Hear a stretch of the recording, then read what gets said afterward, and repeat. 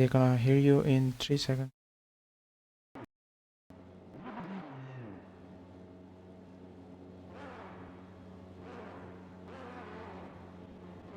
Welcome along, everyone, and we are back once again with the Sim Racing Online Racing Sunday. And today we are at the Detroit Belle Highland circuit. Don't mind the overlays; we are having a couple issues. The overlay reports Pittsburgh International still, which was the first round. Today we are in Detroit, still in the USA, but it's a different venue, different track, very different layout. As you can see, it's a mid. I would say it's a mid-city kind of circuit, and it's very tricky because there's very little room for error. Walls are very close, and you cannot make any mistake. So this is the second round of the S397 GTE Winter Series, brought to you by eitharacingteam. Make sure to support us. We are both on Discord and Instagram as well. And of course, check simracingonline.co.uk because they produce great championship. They have a few championships going on right now, as you can see, both on R-Factor 2 and Automobilista 2, as a matter of fact, and also on Assetto Corsa. So make sure to check them out. I am joined today, of course, by my good friends Ricardo Riva and Nassim Alawi. Broadcast director is Samir Arshad. Shout out to Sam. And let's make it a good show. Qualifying is about to start, so should be a good one.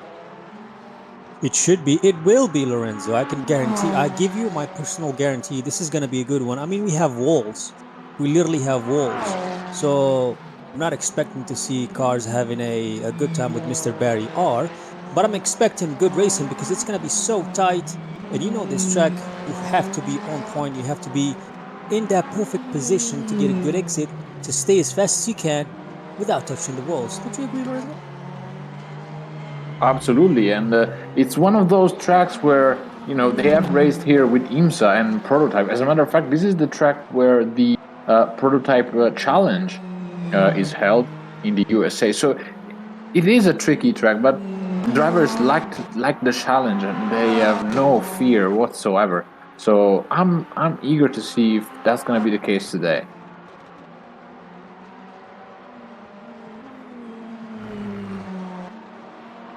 Yes, it's fun to see how the two tracks that we've been on, which were Pittsburgh and this one, Detroit, are pretty much one the opposite of the other.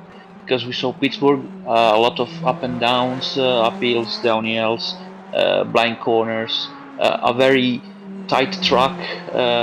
This is more different. This is quite the opposite because it's really wide, very flat. Not much altitude differences.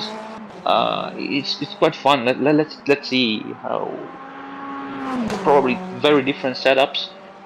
You can go here with a more hard setup, so it's going to be fun to see who was able to manage. If the same guys that were fast in Pittsburgh are going to be the fast even here.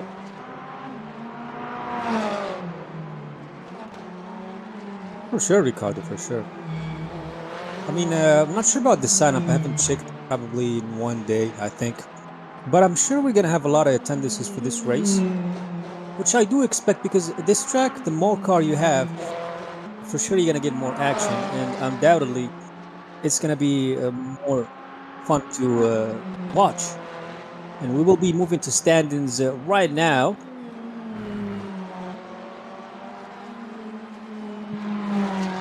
Right now, as in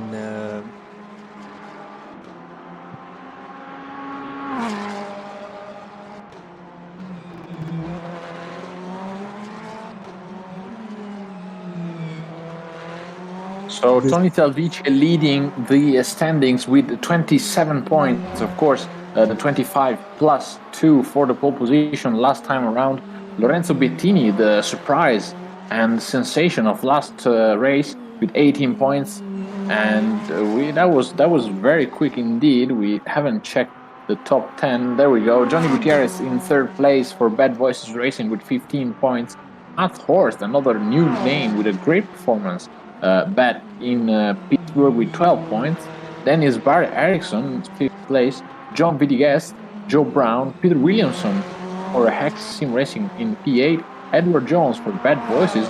Also, all Bad Voices drivers in the top 10. Newcomb in P10 with 1 point, the final score of last race.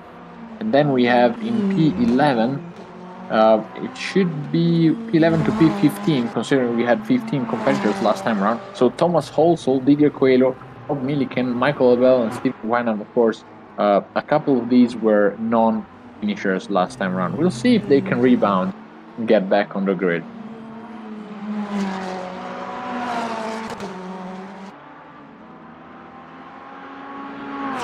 Race calendar, just to make sure you guys keep up to date, and we are in Detroit today, the 18th of September, of course.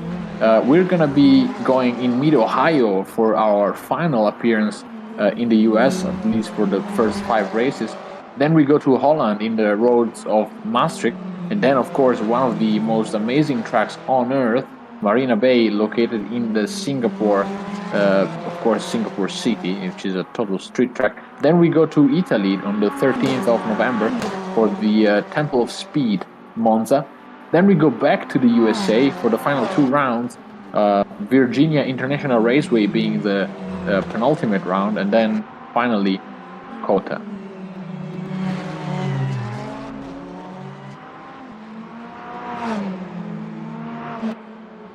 Qualifying has started, and we are seeing Barry Erickson go around the Detroit Belle Island track, followed by Nick Newcomb, as a matter of fact. Top runner at the moment is Johnny Gutierrez with a 126.9. Then Tella, which I don't remember seeing last time around, just 0.5 of a second close to him. So great to see some close racing already in qualifying.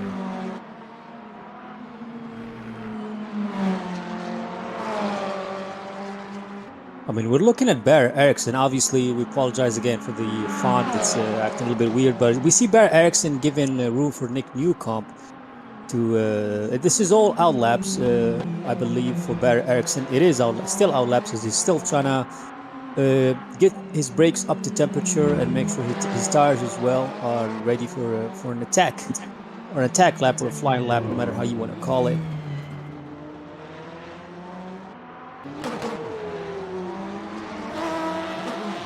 Now, and we see there's a Ferrari stopping on the track. That's Gilles da Silva. Have we seen Gutierrez on a Porsche before? I think he was on a different car. No, I think he was on a Porsche last time around. Oh yes, I remember. Do you know why I remember, Lorenzo? It's a different livery though this time. Not sure why. Looks Maybe like a that's different what had livery. Maybe that's what had me confused. Probably the first race he got a default livery from the game, and now he made one. Oh, that's possible.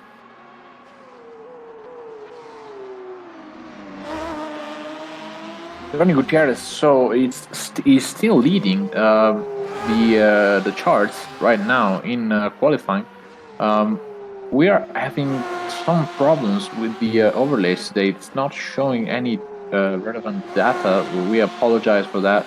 Of course, our Factor 2 is acting kind of weird. And there we go. That's a purple sector for Johnny Gutierrez. He's improving on that 26.9. Incredible effort by Johnny Gutierrez.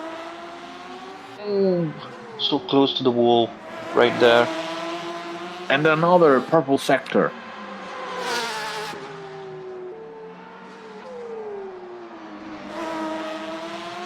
Final sector for Johnny Gutierrez.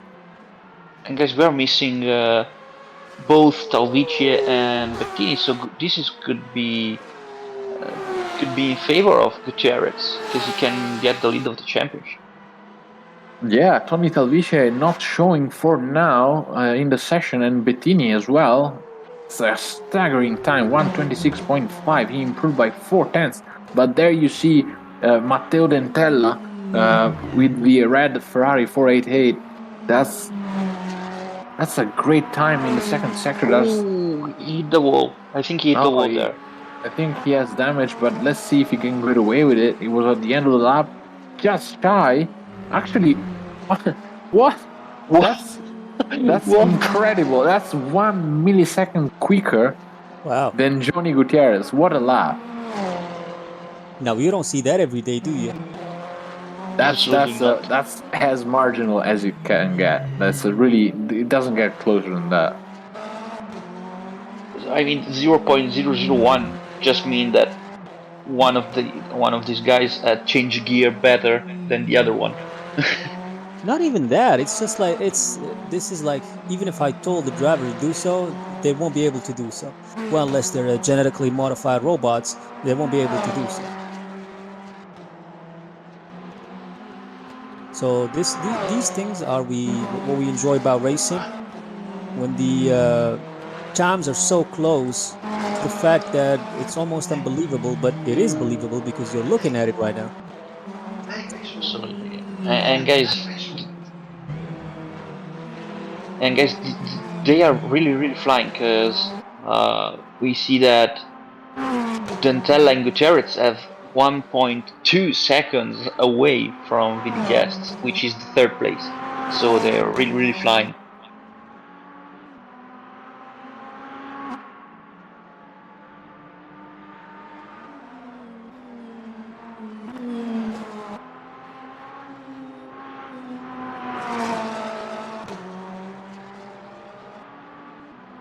Now the Silva is going for his first sector, I believe. He's running 14 right now. I believe he's running a modified livery. We'll be able to check on that later.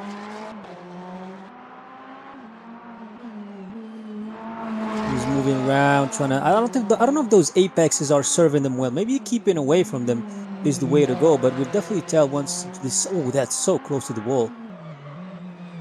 And sometimes, I mean, he's understeering a lot, so that's a little bit. Yeah, scary. he's suffering from massive understeer.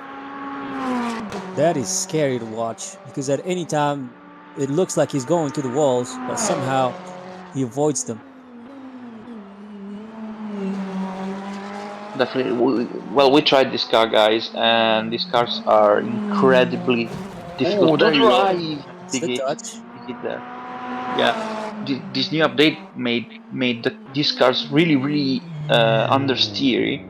Oh, Yeah, I think he doesn't have the best setup. Probably he's struggling a lot. yeah, he has a lot of understeer. It's crazy.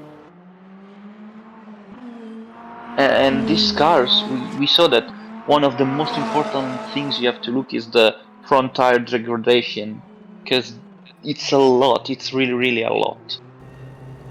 You can't Of turn course, that much. the Ferrari GTE car proving to be one of the trickiest car, but you can really, you can really understand the gaps and the racecraft by looking at the gaps. This is and Rob Millikan getting tangled with Ulan Zugungor. I think Rob Millikan will not be happy about that. And no, I was saying that if you check the gaps, you have the top two, so Dentella and Gutierrez, very close together. Then you have like the midfield, which goes from P3 up until P7 essentially, which is in the space of 0.5 of a second. And then everybody else is just over the 2.5 seconds mark. So it's like the charts are pretty much divided in a very clear manner. You can see the experts of this category, like Dentella and Gutierrez. Gutierrez, of course, and Rob Millikan getting out of shape just before we switch probably to the warm-up. And we see Thomas also as well. Thomas also on the wrong way around there. Probably lost it as we watch Matt Horst. We needed the deja vu music for that drift from Rob Millikan. Yes. This is not a track where you want to drift, though. I know they ran the Formula Drift series here as well. I remember watching Formula Drift on, I don't remember the channel, but it was two Mustangs making twin drifting, so in Detroit. So it must have been at least 8 years ago. Time flies, guys. I don't know about you, but when I think back about all the races that I remember, it gets pretty weird. And Matt Horst marginally avoiding the checker flag. He crossed the line with 10 seconds to go, and he's now on a timed lap. The Porsche working pretty well, although he has a bit of understeer. We saw it there. He had to countersteer the car to avoid contact with the wall. Heavy braking now into the right-hander. Kiss the curb on the inside. Lean hard on the curb on the outside. Then back 2 gears. Very close to the wall is Matt Horst. Great effort. That was a personal best in the first sector. Very close to the wall again. Avoid contact with the wall. The Porsche again getting slightly out of shape. Checker flag out now. Let's see his time in the second sector. Oh yeah, I think he missed the apex there. He could have had a better second sector. He was 4/10 off. That's still a personal best though. Very tidy through there. Goes around the right hand once again, and the Porsche stepping out completely. That's gonna cost him massively. Yeah, I think the lap is ruined. I don't think he can get much more than this. Oh, and he touched the wall as well.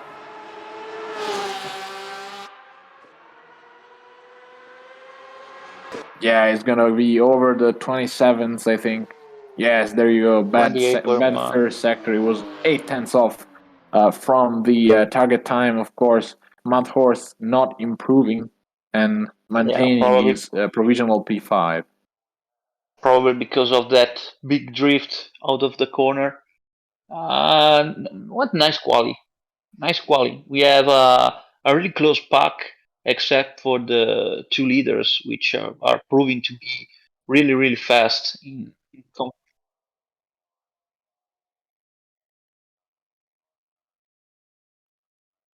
There you can see the top 4, Matteo Dentella in the Ferrari in P1, Johnny Gutierrez follows him in P2, John Vitiges then in P3, Thomas Holsel in P4, Matt Horst, the guy we just saw in P5, followed by another Porsche, Lewis Middleton. Then is Nick Newcomb with a great P7, followed by Barrett Ericsson. That's going to be an interesting battle. Then we have Didier Coelho in P9, Rob Milliken, of course, in P10. We saw him crashing earlier. Michael Labelle struggling with the setup in P11. Ulas Gungor, of course, under investigation for slowing down Rob Milliken. Ed Jones in P13. Gilles da Silva in P14, really nowhere to be seen. And Stephen Wenham. Of course, Gilles da Silva, we saw him with a massive understeer problem on the Ferrari. I hope he can resolve it in the warm-up, maybe. And I am not sure why Stephen Wenham did not put an interesting time in. I think the only time we saw was an aborted lap because he was more than 5 seconds off. Probably yes, but I don't know if you saw, but everyone except from Stephen Wenham is on a Ferrari or in a Porsche. No other cars except from Wenham with the Aston. No BMWs and no Corvettes. This is quite particular. Probably these cars are the fastest one. Probably Ferrari and Porsche are the fastest one. I don't know.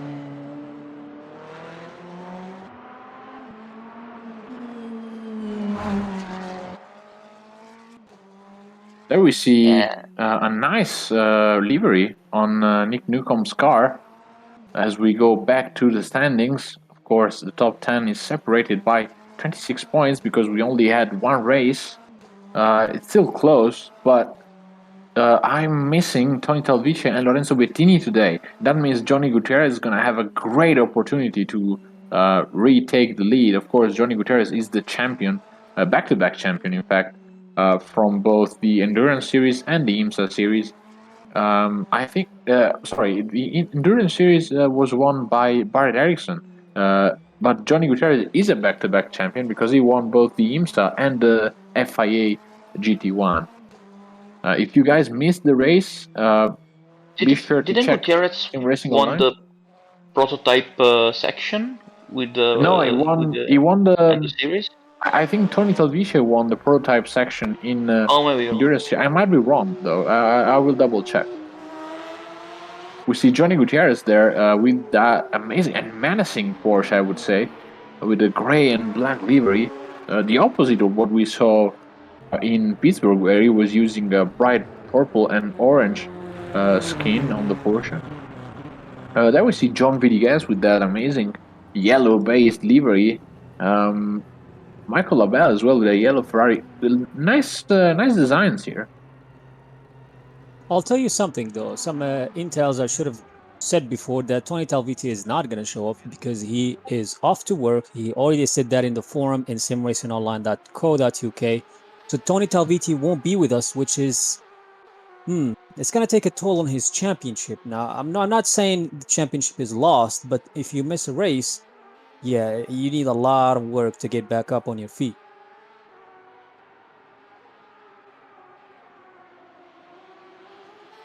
Nonetheless, we have Gutierrez, the back-to-back, the two-time, who won on many occasions and proved to be a fun and serious fast driver to watch on. And when you compare him, when you put like a fast driver of the same caliber, it becomes even more fun because you never know what you can expect. It's the fact that you don't know what you expect that makes it even more fun. As we see Gutierrez heading up to warm up his laps and make sure everything is tuned and set ready for the race. Absolutely, and we have barely 1 minute to go, so tension is skyrocketing at this moment. The weather looks sunny. It doesn't look like it's gonna change, at least from now. Of course, Gutierrez and Villegas are gonna battle. I'm sure of that, and I'm curious about the Italian guy that it's not in the server. As a matter of fact, he was in qualifying though. He got the position. As a matter of fact, that being Matteo Dentella. I want to see him go head to head with Gutierrez because that's going to be an interesting battle.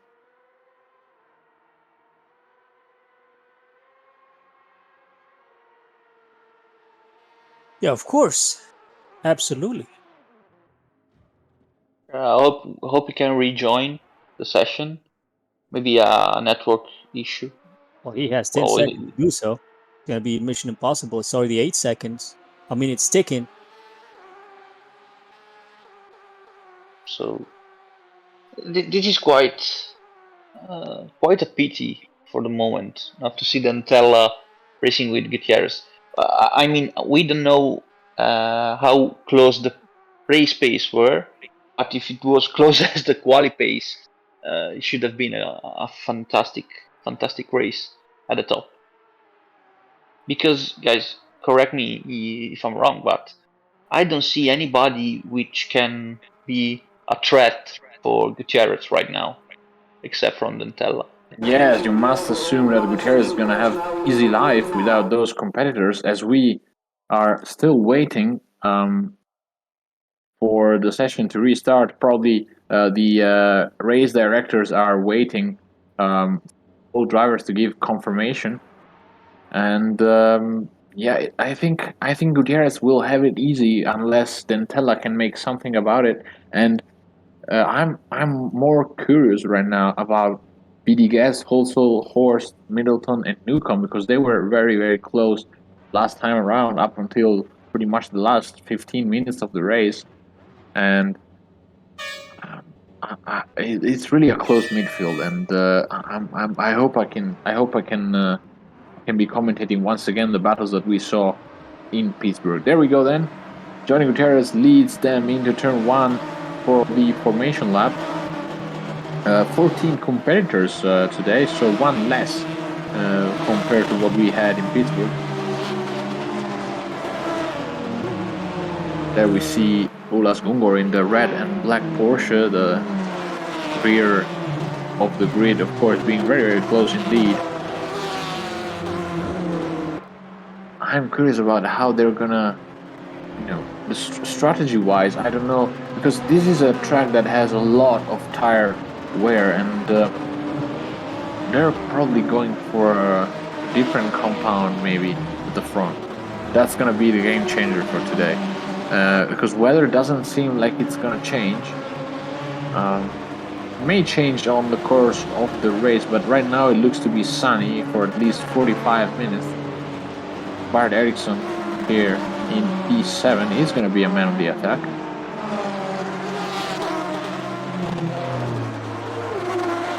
Definitely, Barrett. We are used to his driving style. Is not one guy who is a lot aggressive, but it's really consistent, and usually he gets his places with his strategy. So I think that starting P7 is going to be really good for him because it's going to be near to the top. So let's see what he can pull out. Last corner coming up for the leaders. They're gonna bunch up now. Johnny Gutierrez, of course, leading the pack, followed by two Ferraris, very massive Ferraris as well. I wonder how the guys behind Gutierrez are gonna play the game, because we know that on raw pace Gutierrez is quicker, but you know, union makes everybody stronger. So let's see what can be done about this. Johnny Gutierrez crosses the line now to start the Detroit Grand Prix. John Villegas lines up in second and he keeps the place for now. Thomas Holzer with a great start maintains third place. And already we have contact in the wall. That was Middleton, I think, forcing a move on Horst, and by doing so he touched the wall slightly. Not sure if that's gonna cause damage to his car. I'm pretty sure it did, because he's already losing contact from the top 3. And a bit of a skirmish going on behind them. That was one of the Porsches going slightly wide, and there we go. Nick Newcomb battling with what I believe to be Barrett Eriksson, as a matter of fact. And look at Coelho and Belle.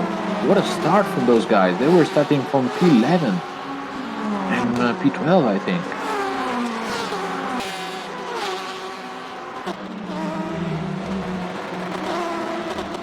There we see Villegas. Look at Gutierrez, already has a breathing space of about 1.5 seconds on everybody else. Villegas is already trying to get away from Thomas Holzer, with that his car does not seem to be following his commands at all times. The Porsche does look like it's tidy though, so never say never.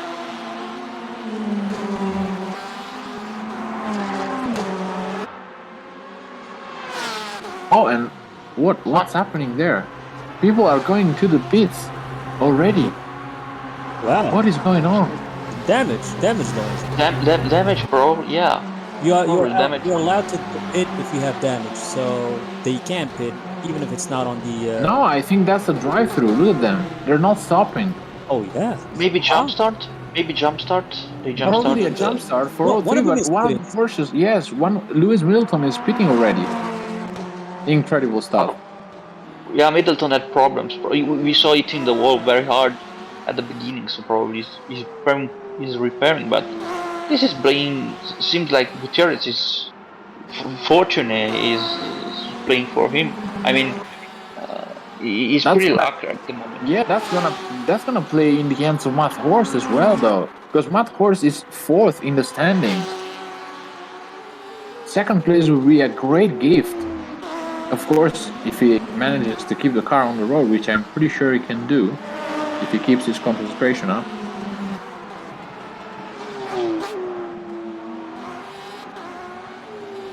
I think they might have jumped. So you see those those spaces between the apex and the outside of the track.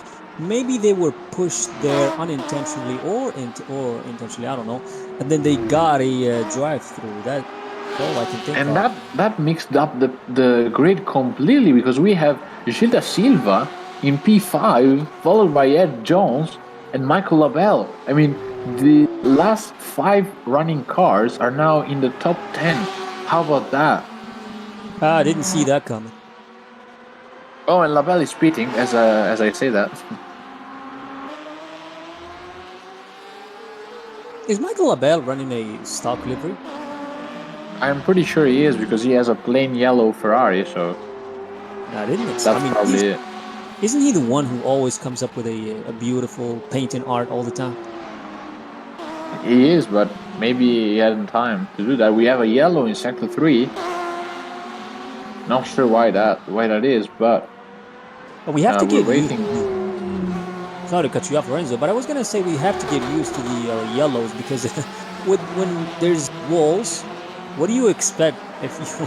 I mean, if it's not a low road cars, and look at this. Thomas Holzel, the guy who was running in 3rd place, is now having to chase back everybody else down. Look at that. He's now hounding on Didier Coelho, which is P9 with the Porsche, and he tries to go around the inside. That's not gonna work there. Oh, but what a move. He forced Didier Coelho into a heavy braking, and the Ferrari working perfectly under the hands of Thomas Holzel. Great to see him rebound from that bomber, as a matter of fact, in the first lap. I mean, I did not expect things to get mixed up like this. What a development. Guys, I'm not remembering well, or were Coelho in an Aston Martin the first race? He changed the car. I think he was. Yes, I think he was. I think he was using an Aston Martin. Or maybe I remember wrong from the LMP2 GTE series, where he was using an Aston Martin. Probably I'm not remembering good, but from what I remember, he was on an Aston. Well, let's see. Because right now, Ferrari, the Porsche still seems the car to beat. Because Gutierrez is flying right there. 7 seconds in like 4 laps. Yes, this is the 4th lap, so in the space of 3.5 laps, effectively, Johnny has been able to stretch a gap that is quite impressive indeed. Matt Horst in P2, though, he has a bit of a breathing space towards Newcomb. What a start from Newcomb. Was starting in P9, he's now or from P7. Sorry about that. He's now P3, so great to see him there. And Bert Ericsson, guess what? Thomas Holzel in the inside. What's happening? That's a Lance Stroll moment.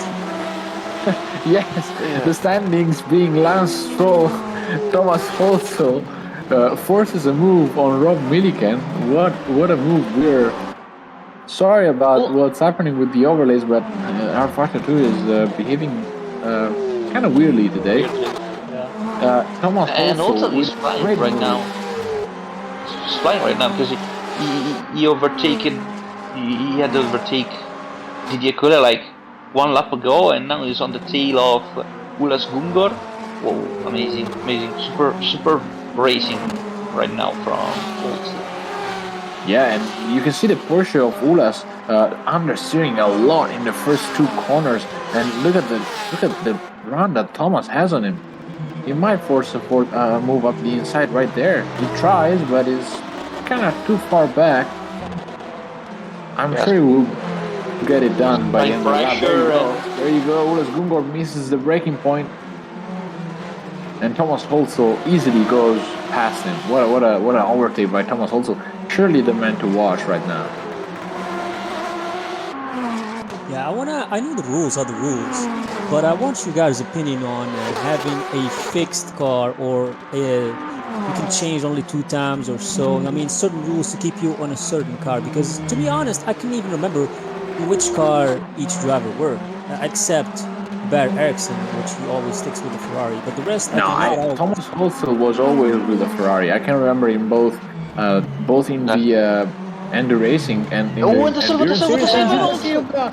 That is not Gil da Silva losing control, and Thomas Holzel will have light damage on the front. He got away with it, but no, he didn't get away. He was saved by Thomas Holzel, because the moment he spun, Thomas Holzel. Gil da Silva did not get away with it because he has damage. His car is not behaving correctly. I think he has steering damage. I think he might have steering damage, and he did not go into the pit lane. And look at the pressure that now Rob Milliken is putting on him for that P7. Rob Milliken, there you go. He has to take evasive action because he's so fast that he almost hit him in the middle of the corner. And there you go, John Villegas and Didier Coelho battling there behind them. What a race. Are we going to get 4 wide? Oh no. Guys, what happened to Gungor? Because he was P8 and now he's P11. He was overtaken by all this He back. probably got caught up in the overtake that we missed before, and maybe he got contact, but he was suffering from overstay. Guys, And the Oh, big something contact happened. there. And the Silva, the Silva, the Silva, the Silva. Jean Vidigues and Didier Coelho getting tangled up with what I believe to be Gilles da Silva, and Jean Vidigues has damage. Jean Vidigues has damage.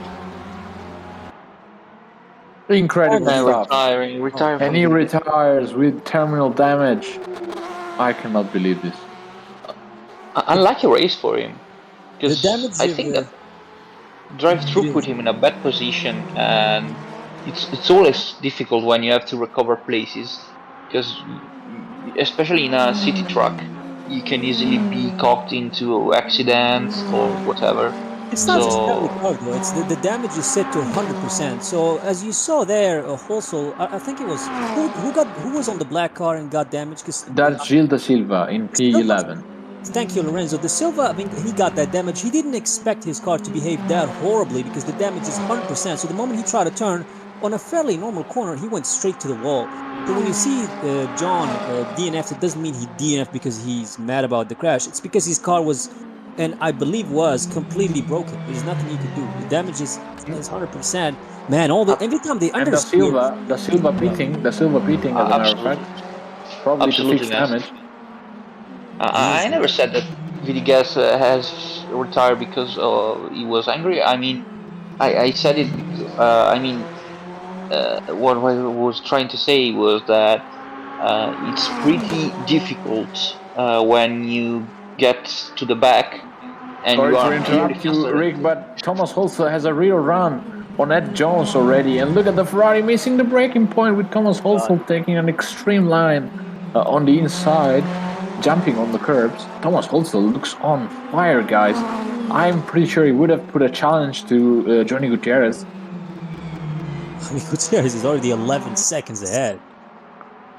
Yeah, that's on the guy in second place, compared to Thomas Holzer is 35 seconds ahead. Oh my.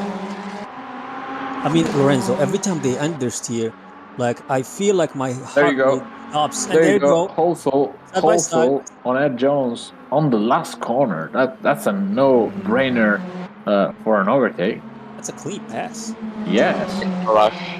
Also That's is on rush. That's a 9.5 out of 10. Nothing is 10 out of 10, so don't judge me. I can't give anything 10 out of 10. Nothing is 10 out of 10. I want to see more. I'm buying it. As we see, Holzel, I am liking his performance today and definitely don't want to curse the guy. Please don't touch the wall as I say this. He's doing absolutely great. And he has clear track ahead. He has about 15 seconds to catch Barrett Ericsson. Yeah, I mean, look at him. We are going to see right now the Thomas Holzer real pace, because he's now on a clean track. So let's see what pace he can. Oh, I saw a big drifting from Barrett Ericsson. Yeah, Barrett Ericsson got well out of shape in that complex. Of course, it's tough to follow another car so closely as Barrett Ericsson is doing with Nick Newcomb. Of course, Nick Newcomb with the clear track does not have that problem, so it's all Barrett to lose at this stage. And of course, he has to watch Thomas Holzer as well because he's already gaining a couple tenths. I think this is one of the scariest races to watch, let alone to drive in. Because when you have walls, it's so like it plays with your mind. You know you can touch them, but you don't want to touch them, so you stay away from them. But somehow they come to you, even though the ball can't move. So, but you get the idea. It's a metaphor. Come on. Unless you are Ayrton Senna, then you can say that the wall moved and he was right. He was right. Yeah. So, and you don't remember? I think it was Long Beach, probably, Laura. No, it was Monaco. No. In there was a. He still wasn't on the McLaren. He was, I think, on Solomon, and like he made this corner and he hits the wall. He hit the wall, and when he came back to the pits, he said, "I haven't do nothing wrong. The wall must have moved." And actually, he was right. They discovered that the wall moved like for about 2 millimeters or so.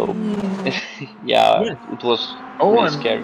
as you say that, Nick Newcomb tested that theory, and he went as close as he possibly could to the wall right there. He probably lost a bit of time because look at Byron Eriksson; he's right under him. He's literally on the gearbox of the Ferrari, although he doesn't seem to have a substantially faster car than Nick Newcomb. Although Yeah, the and slipstream is Ericsson going has to some help him. momentum now. Ericsson has some momentum now. There you go. It goes up the inside. There's surely gonna be contact, and Bart Eriksson loses Oh it no, completely. And oh my god, he just he has to hammered be it. careful. He could have controlled it. He just had too much throttle because he was. I don't know, man. I don't know if he Too could bad. be able to control because No, he was his going car jumped straight. very badly. No, but he got I, it back. He got it back. I wish we had like the replay. We could see that. But he was like straight. Then I can see that he, which is of excitement, possibly he just slammed the throttle and the car spin. Went out of control, as we see And Mad Horse. that plays into the hands of none other than Thomas Holthel, which is now only 5 seconds shy of Bart Eriksson. very aggressive defense by Newcomb, by the way. Was very aggressive on that curve. Yeah, He although squeezed. in Nick's defense, I can say that Bart Eriksson was not completely side by side. Although, if we take Absolutely. the new F1 rules, whoever closes the door has to take into account the fact that he might have a car up the inside. So, I would say it's a racing situation, to be honest. Absolutely. I wasn't blaming anyone. I was saying that And Bart Newcomb was pretty aggressive. into the pits. We got That's a game changer for the race because Bart Eriksson was one of the biggest competitors up to this point and is surely going to fix damage now to the Ferrari 488. Into the pit lane he comes. Pit stop starting now. Let's see how long it takes. Now, while we wait for that, somebody said that Ed, maybe he could be an engineer or in his team, that Ed let Horsel by because he's not planning to block him for the entire 19-minute race, as he's not trying to do so he doesn't outpace himself and crash. That's from our live chat. Yeah, and Ericsson's losing a lot of position because he's P9 right now. He might have collected damage. I mean, let's not forget it's 100% damage. We don't know what that did to his car. Now he's probably fixing it, and that's going to take a long time. In my opinion, the damage should have been toned down a little bit because this track is not forgivable at all. No, this is an unforgiving track, and of course, all the 90 degrees corners have a big curve on the inside, and that makes your car literally jump. As you can see there with Didier Coelho, he just kissed the curb, and his car leaped literally from the track. So it's a difficult circuit in which to maximize lines and trajectories, if you might. And yeah, we are seeing that even Johnny Gutierrez does not have that great of a pace advantage on the horse because it's been a few laps now, and he's just gained 1.1 seconds from the check that we did before. Well, because if you look at it, if you get one small touch to the wall, it could ruin your whole race. And not just ruin your position, you could lose the whole race just with a small touch. So I'm definitely, and I am 99% sure that Gutierrez is definitely running below his normal pace to just avoid the walls. Because he knows that 100%, I mean, we're sim racers, we know how this works, 100% is extreme. Like, I think a bug could hit you.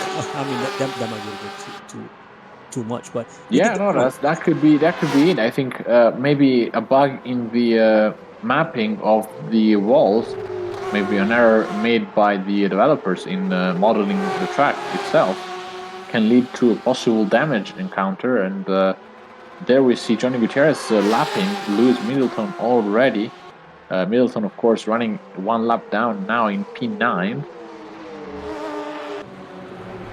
I don't agree at all that Gutierrez is like not pushing at all, because I can tell you that when you stop pushing, when you say, okay, I'm fine, I can easily stop pushing and just keep it chill, that's when you are more exposed to make mistakes. Because you trust the car, you say, okay, I'm very far from my limits, I can chill out, I just can bring the car home.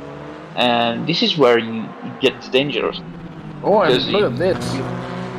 oh, Well, nice Steven defense Wenham by Wenham. defending with his teeth on Barrett Ericsson, although that Ferrari looks substantially quicker than the Aston. There you go.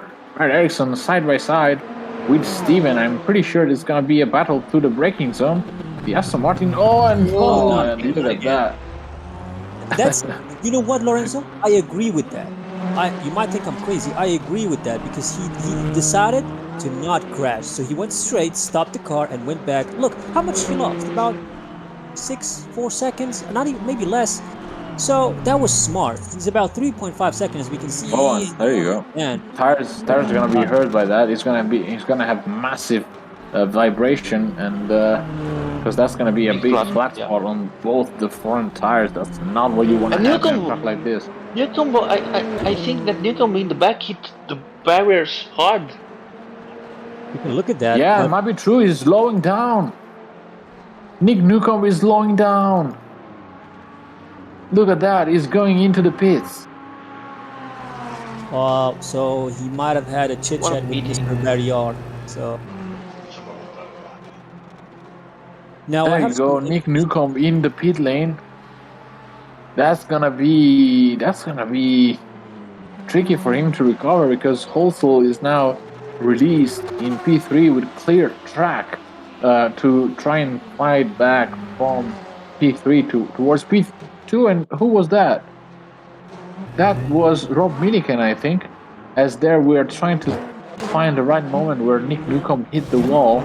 Yeah, I was There you right there, go. right there. He understood. Oh, he locked up the front tires and slammed into the barrier on the left.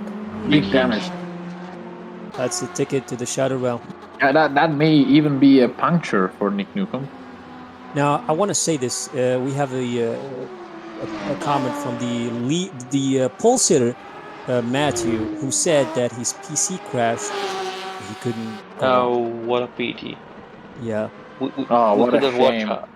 That a would have been fantastic race a between him and great Gutierrez. battle because that is the first time that we see Johnny Gutierrez being beaten by that marginal of a gap. That was an amazing effort by Matteo. Of course, we hope to see you in the next one, Matteo. Make sure to join us in the next race.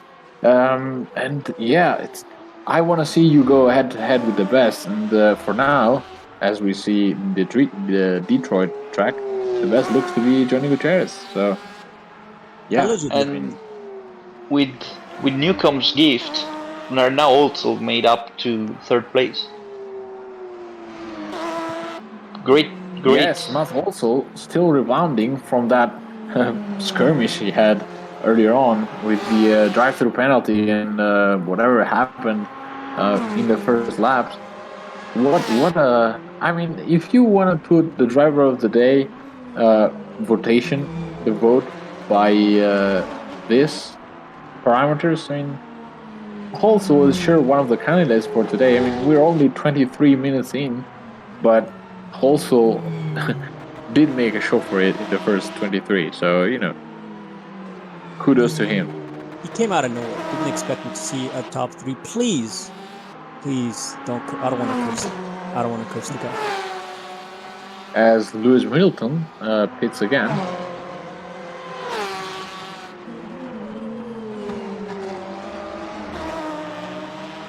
So Didier Coelho hunting down Ed Jones right now is the closest battle on the track. Next we have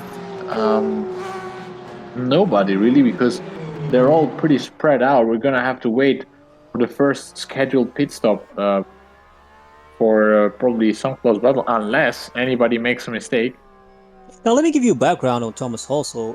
The guy is not actually that slow and has always been on the podium for multiple times, including Istanbul Park in an LMP2, Okayama in a GT3, and Portland as well in GT3. And his best finished position was in Shanghai in a GT3 class in a Ferrari 488, which he finished 2 and qualified 3. So he finished on a podium multiple times. So this won't be a first, but a collection to his beautiful resume.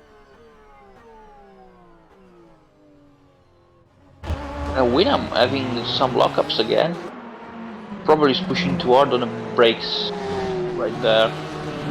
Oh, and there you go. Stephen Wenham probably slowing down and making space for these guys, Ed Jones and Didier Coelho, to pass, as we see Rob Milliken making his first pit stop.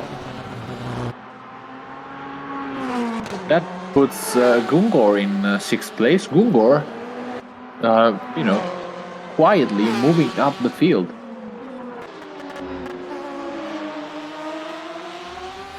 That's the first thing. Never heard that name in. No, he was in Pittsburgh the last time around, but he's a new face on R32, at least here on Sim Racing Online. He was in Pittsburgh. I think he didn't score points in the first round, but he was in Pittsburgh. I don't remember even in the grid, in the standings. Sorry, I think it's the first race from Gungor. I have never heard that name before. Well, unless I'm getting old, I don't know. Well, it's doing well, by the way. Yeah, it's P6. Coelho, incredible. We had just said that Coelho was hunting down Ed Jones. I mean, I must have some kind of a curse, guys, because you're a commentator. As soon as I say something bad happens to the guy I'm talking about. I mean, Didier Coelho completely misjudging the acceleration, probably, or braking in the first turn 1 and turn 2, and slamming heavily into the barriers on the inside, as a matter of fact. And that's gonna be a forced pit stop for him as well. That will put him back behind Nick Newcomb, as a matter of fact. Just to say, look at how high the Porsche engine revs, like 9,000 and more RPMs. Amazing. Whoa, what an engine they made. Look at that. Look on the straight.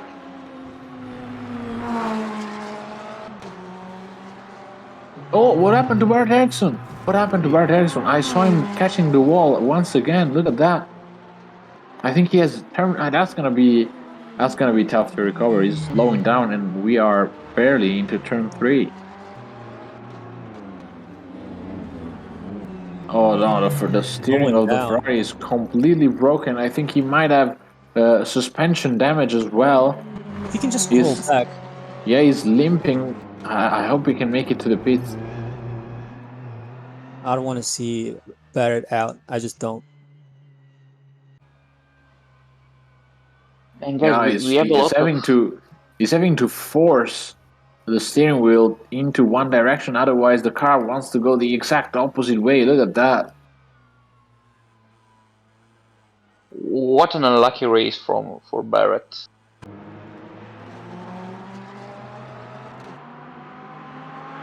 And guys, this is even look at this. This is even enough wide track for the cars. I think about Maastricht, which is really tight, and it's a city track, so really close walls. I think that Maastricht could be a Maastricht will be interesting to see, because this is probably the most similar track to Maastricht that we had in this championship so far, because we're just 2 races in. But Maastricht surely is a track that people needs to watch out for, because if you're having these many problems in a track like Detroit, which has a bit of a space, but not so much. You see, if you jump on the curb, and as we see La Belle just confirming what we were about to say, and it was so unlucky because he had just passed the pit entry, so he's gonna have to do a full lap before he can even think about pitting. So yeah, people need to watch out, because I'll tell you what, guys, if you haven't seen Maastricht, check it out, because it's mighty tight. is incredibly tight. You can barely fit 2 cars on that track. So there's a section which is scarily tight. For me, it's just one car and not that easily. So I mean, I have seen Maastricht, Lorenzo, but I want to know, like, from you personally, have you ever seen the rain? I fell for that one. No? It's been a while since we have done that. Yeah. Now, Matthew says in the chat that his wheel looks like his Oh, wheel is off. Oh my god! Belle, look at that! He's gonna almost getting Oh my tangled god! with the equator. That was dangerous. He has to get out of there quick. He's collecting even more damage. Yes. That was so close. I have to see that again. That was so close. Like the moment Didier Coelho passed him, I thought they were gonna crash. Now, Michael Belle needs to slow down. guys, probably Nas was right. The best idea was to lower the damage a little bit in a truck like this. Oh no, it's not gonna improve the situation by slamming into the barriers once again. He slows down and takes the pit entry. Of course, there we see Johnny Gutierrez lapping him once again. Johnny Gutierrez has lapped everybody up to P6. Now, if you are new to Twitch, I would like to tell you there's a way to vote. You know what to vote for the driver of the day. Now, we only have about 5 options, so we try to pick some, and we will pick one from others. So the winner gets. We'll handle it. Just you pick one, and we'll move on. Yeah, that's a Barrett Erickson inspired livery for Johnny Gutierrez. A bit darker, I would say, because Barrett usually uses a white at the front that slowly becomes gray first and then black. Johnny has a gray at the front, which makes the car looks more menacing, I would say. Don't want to see that in your back mirrors. Or it could be a bug. I don't think so, because it has a Johnny writing on the back bumper. You know what? I think that's a genuine livery. If Johnny sees the stream, I have an idea for him for his next livery, and it would have something on the back says, "Here's Johnny," you know, and that would be that would be like it would be so funny that you would lose your focus and you would get away. That's a different kind of game right there. That's a mind game. That is a mind game indeed. But the lead he has now, 23 seconds. Nah, it's impressive. It's very, very impressive indeed. And Michael Labelle getting a probably a drive-through or a stop-and-go penalty for speeding into the pit lane. There we see Ulas Gungor. I was just speaking about him, and he has a damaged Porsche. Look at that, the steering is pulling towards the right, and he is getting. I hope he gets into the pit lane in time. There you go. He has to limit the car's speed. There we see Gil da Silva following him, and Gil da Silva came in very, very hard indeed. I'm not sure if da Silva is going to get away with that if he did not engage the pit limiter in time. Definitely, but I don't know if da Silva and Gungo are on the same lap. Probably, I'd have to double check that. I don't think they are. Or maybe they do, because they are reportedly behind Rob Milliken, but ahead of Middleton. And both Milliken and Middleton are 2 laps behind Johnny Gutierrez. So Gungo and da Silva might be on the same timeline. Gil da Silva gets out of the pits right now. Yeah, they were on the same lap, because da Silva starting and gets the position on Ulas Gungor. So it's not. It's very spread up. The field, yeah, it's very, very spread out and pretty spread out. But up until probably about 5 minutes ago, Gil da Silva makes space for Middleton. But they were on the same. They were on the same lap. I don't know why da Silva did that. Oh, and he hit the wall. He hit the wall right there. He's gonna have to pit again. How many times LaBelle have touched the wall? And he spawned again. Look at him. Yes, Gilda Silva out on the track and spinning once again. Not sure what's happening right there. It must have been the effect from the damage. Maybe It there is doesn't seem like he's backing off though. Maybe there is a damage that you cannot fix completely. You just have to run with. Probably aero damage or bodywork damage. Fine. It looks fine to me.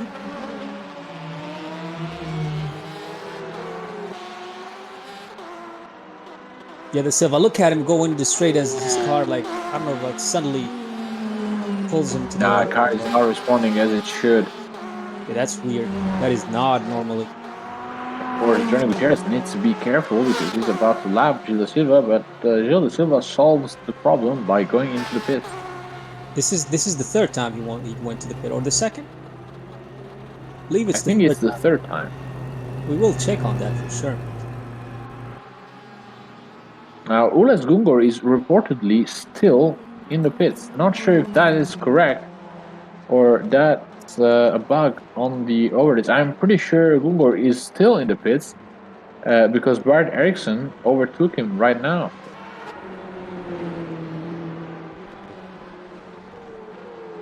There we see Matt Forst on the Porsche running currently in a comfortable P2, I would say. There we see Ulas Gungor getting out after 2 minutes and almost 40 seconds total pit time, total stationary time.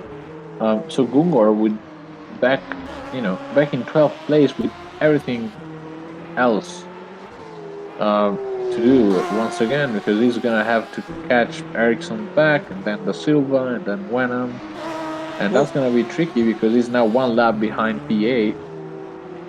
Here's something, Lorenzo. All the guys from one to 5th or the top 5 have not pitted, but from 6 all the way to 13 have at least pitted either once or 3 times.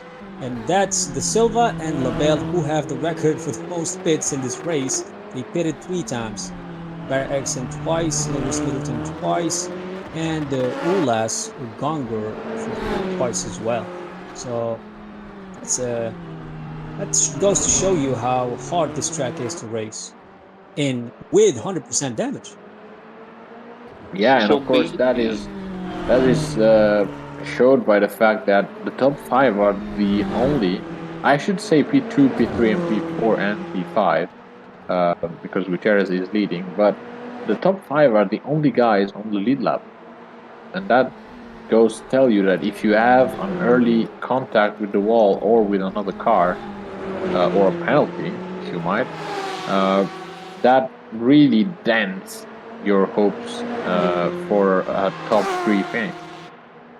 Yeah, I mean, Gutierrez is already behind Didier Coelho trying to pass him, and we have Matt Horst already behind the guy on 9th place, which is Stephen Wenham. So the field is definitely mixing up, but obviously it's blue flag, so they cannot fight. There's the blue flag rules, which means that this race has turned into ways we did not see it coming. Yes, it was a chaotic start with more than 3 cars pitting in the first lap, with probably some drive-through penalty given by the start procedure. And yes, it's been weird. Steven Wenham makes way for Matt Horst. Matt Horst is, of course, 29 seconds behind Johnny Gutierrez, and we're not even halfway into the race. And Migolo was lapped, so another lapped car adds to the field. Yes, there you go. Now only the top 4 is on the lead lap, and I'm pretty sure Ed Jones is going to be the next victim because Johnny Gutierrez is on an astounding pace. Yeah, he's lapping the 129 and 131 when there's traffic. But here's some statistic for you guys if you're a statistic nerd. I said static? Yeah, don't worry about that. But we have Michael LaBelle, who's done 21 laps. Can you guess how many laps Gutierrez done? 26 laps. So he's about 5 laps ahead. Did I do math correctly? Yes, he is 5 laps ahead. 5 laps ahead of the last car on the grid, which is Michael LaBelle, obviously with John DeGuest DNF'd. but I'm counting the cars on the track. 5 laps. That's how fast Gutierrez is right now. And careful as well. So he's not just fast, he's also careful. Well, speed is nothing without precision. So there you go. Guys, if I can tell, I think that Holzel is slowly but constantly gaining on Horst, because Horst was That's true. more than That's 20 true. more than 20 seconds ahead, and now he got only 15 seconds. So it's slowly gaining on Hurst. Let's hope that they can like battling in the last laps. And I think that's going to be possible because we are closing towards the 45 minutes mark, which is halfway through the race. And that means pit stops, scheduled pit stop, that is. So I'm pretty sure that's going to be one thing to watch because Horst is pitting as we speak, as a matter of fact. I did not predict that. Sorry, guys. He was losing a lot actually, because he was 15 seconds ahead the lap before, and now was just 13. So he was losing a lot, probably because of that. Well, we know that these cars have a lot of front tire use and degradation, so probably he finished the front tires actually.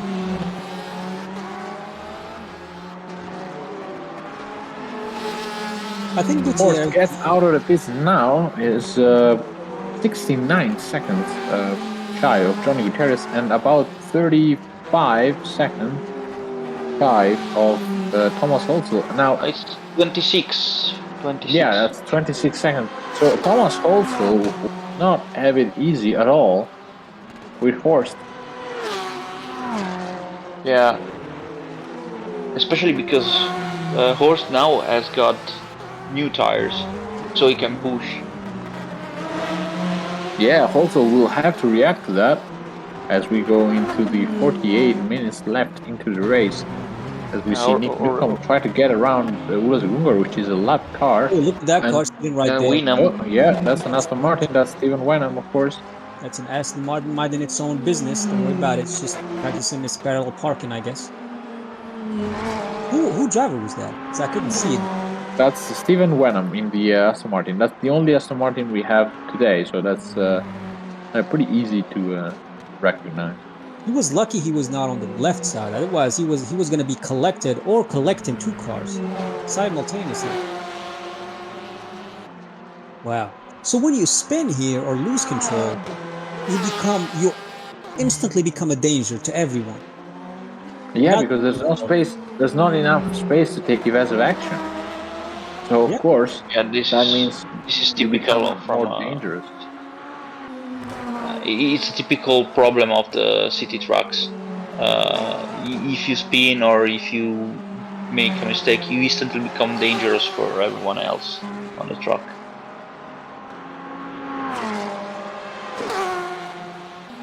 Now, Gutierrez, the leader of the race, he's in the pit lane. He's pitting, I think. It is that. Yes, that's definitely what I was trying to say.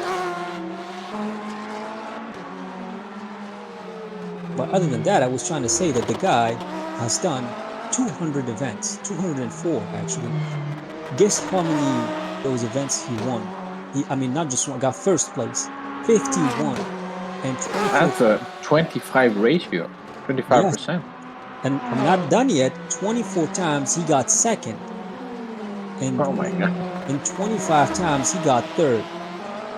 That's including sports cars, touring cars, open wheel, and stock cars.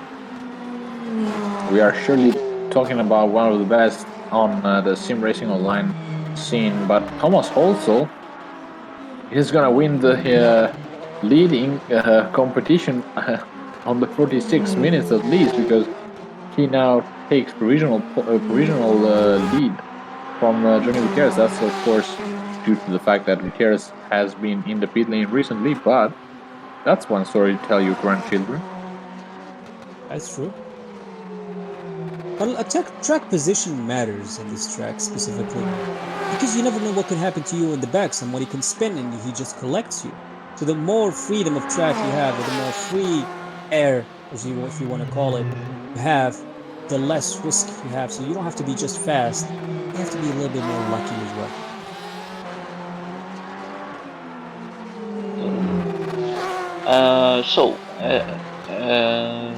Just a little update. Also is not pitting, and Horst is not gaining what we were expecting with new tires. He gained like 1 or maybe 2 seconds from when he came out of the pits, so this could play for Holzel a big advantage by the end of the race, probably. What do you think, guys? You never know. You never know. I wouldn't count on performance only. Because there's other things and factors, including the walls, like I just said, that could play a role in that. So I don't know. I'm not gonna rush it and say he's not gonna catch him. So I believe if he doesn't Nick catch Newcomb in the pit lane as we speak. Yeah, he's running 6th right now. I think he's about to lose it. Maybe not.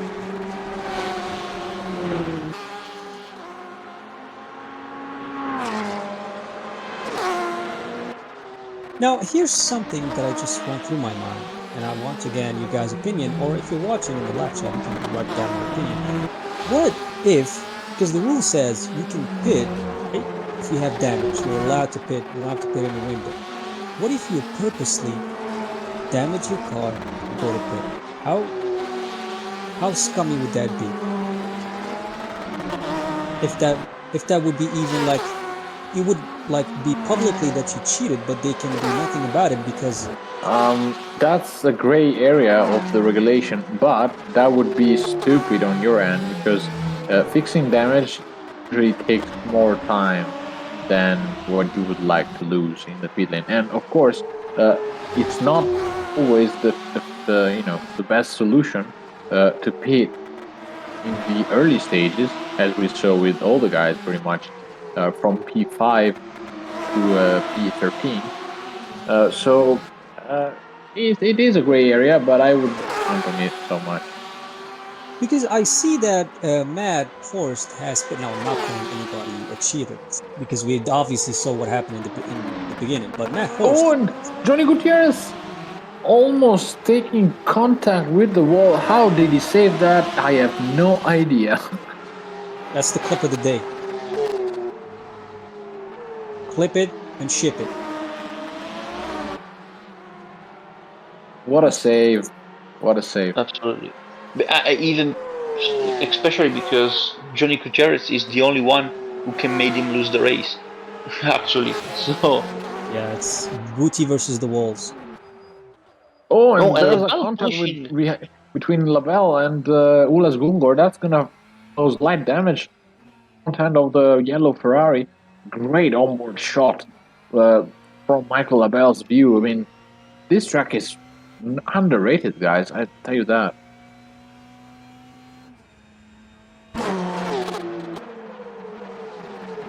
Now, if you're new to Twitch again, we have something called clip feature. I think it's already been in YouTube. So if you see something, if you want to clip it and later post it in SimRacingOnline or our Discord, feel free to do so. We'd like to see those moments. Sometimes we miss something, or we just forget about something. We want it to be memorized. Feel free to do so.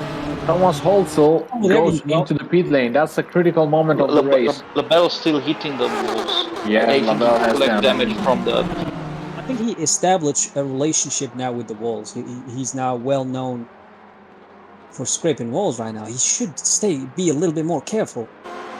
That's not Thomas Holzel still in the pit lane. Matt Horst crosses the line right now to pass him. Let's see how much of a gap he is able to build before he finally makes his pit stop.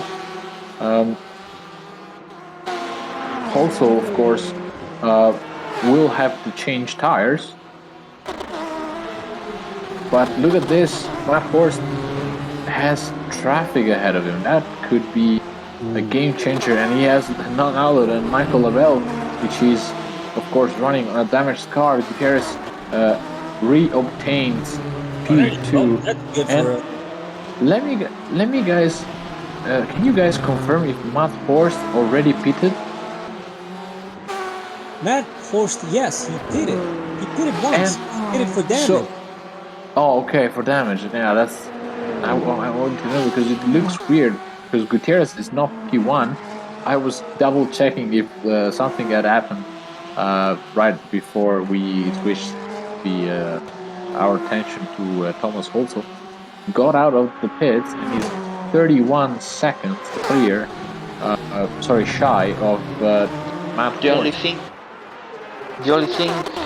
the only thing I can think about what happened at Johnny Gutierrez is the probably on Look at on that. some of the laps. Walls again. Had to cut you off there, Ricardo. He was No, it's okay. cut it out. I mean, I'm a little slow this evening. I'm a bit tired. Laura knows why. This is a fun fact actually. Ricardo has a track toy. He has a car that he brings to a local racetrack here in Varano, in Italy. And today I went, I checked on my guy and saw if he was okay. And as a matter of fact, I drove the car for a couple of meters. Yeah. I drove the car, and it was a great experience. And I'm pretty sure I will not forget it in quite a while. And this is what happened today. And Rick, of course, was there for about 4 hours. So Yes, I'm pretty tired. I was saying that probably Gutierrez made some mistakes and collect some damage, and he got a longer pit than Matt Horst. That's the only thing I can think about right now. I mean, Matt Horst pitted at lap 27 and had his lap 28. And guys, I think that Holzel had some problems too, because it lost like 17 seconds. Maybe the damage he collected at the early stages of the race, he repaired them. I don't know. Yeah, but he was not conditioning this race too much. I mean, Holzel was right there on pace with Matt Horst. And of course, that's going to mean that Holzel will be on the prowl now to catch Matt, because they were matching lap times lap by lap, probably the last 15 or 16 minutes. So it will be interesting to see how this unravels. So what is it? That Citroen is the same car you're talking about? Yes. So, I didn't get no context. I was like, wow, that's a nice car. I didn't know he drove it, or so it was owned by Ricardo. I didn't know that. Yeah, that's Ricardo's car. That's actually a very, very fun car to drive. I'm pretty sure it's a rush. Yeah, it's like a extra large size go-kart. I like it. The type of driving. It's pretty fun. Well, I'm glad they put a fire emote on it. I just didn't know the context. I just figured that out publicly with our beloved viewers as they watch Thomas Holzel go in second gear, try to avoid that wall. Please do so. Thank God he did. Again, another wall goes in. I mean, how scary this track can be as you go over and over. Yeah, I think to be aware of how scary this track is, we should have the front bumper camera of the car. There we see a great onboard from the Ferrari. Let's stay here and watch how Thomas Holzel approaches the corners. Look at that. It looks like, because when you're not driving, it looks like the car is trying to go to the wall, but he's turning, because there you go, you can see his hand right there turning. The moment you touch the apexes, you gain what we call, and everyone knows, understeer. Like, look at that. Oh my God. Oh my God. Please, Lorenzo. Hold me, man. I can't see that for too long. Look at that. How they get so close. It's unbelievable. Yeah, the wall just wants to hug you, and that's a problem. You know, Mario Andretti used to say all the time that to hug the wall is no problem, but to make love with the wall, that's a different issue. And of course, this track is a very, very clear explanation of that, because the wall just wants, to hit you bad. The car pushes towards the outside, and it's scary to watch, I'll tell you that. Yeah. Thankfully, Shout out to Mario Andretti, by the way. Absolutely a legend. Mario Andretti quotes made me think of some other fun quotes from race drivers. I remember Oh, and one. there you see Thomas also getting a bit of a scare. Sorry, Ricardo, carry on. No, I was saying that made me think of some of the funniest uh, quotes from race drivers. I remember one from Mark Wallen, which was, oh, I don't know if it was Mark Wallen or somebody else, who said, like, if tire grip, I win the race. If tire don't grip, I go like bomb into mountain. Probably a rally driver. That's I Yeah, don't know. that looks like that sounds like a rally driver kind of sense. Yeah, I don't remember if it was Mark Wallen or someone else. Maybe Kankunen. Yeah, maybe Kankunen. Don't remember. Well, I love drivers. All rally Group B rally driver quotes are something like yeah. Walter Roy. That was one hell of a category, Group B. I mean, when it's You know, out, if people brought it back with today's technology and today's safety, it well, would be crazy. they cannot. Although rally Yeah, cars nowadays are probably, I'm not sure about this because I don't follow rally that much, but I am pretty damn sure that today's cars are way faster than the Group Bs. Well, they yeah, have more absolutely. They downforce. get a lot of grip, lot of aerodynamics right now. They're not that powerful. They're only about like 380 or 350 horsepower. Yeah, but try to go The with that 380 is 380 not that. horsepower, you know, in the dirt or on snow. That's that's a badass thing to do. I tell you that. Sorry about that word, but Yeah. Oh, guys, well, that's something else. You have to be a different kind of warrior.